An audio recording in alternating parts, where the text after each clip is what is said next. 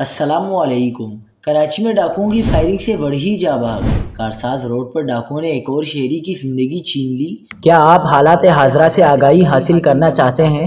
خبر کے پیچھے چھپے اصل حقائق جاننا چاہتے ہیں تو ابھی سبسکرائب کیجئے جلمل پاکستان کو اور ساتھ ہی گھنٹی کے نشان پر کلک کر دیں۔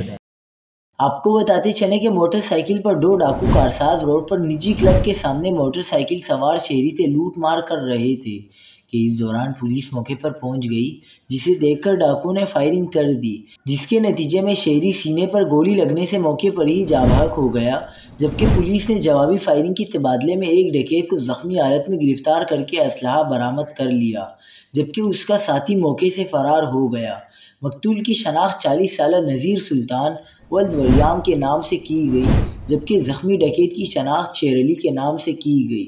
مقتول کے بھائی نے میڈیا سے بات چیت کرتے ہوئے بتایا کہ میرا بھائی بلوچ کالونی کے قریب کارپینٹر کا کام کرتا تھا اور واپس اپنے گھر سرجانی تیسر ٹاؤن جا رہا تھا کہ واقعہ پیش آ گیا۔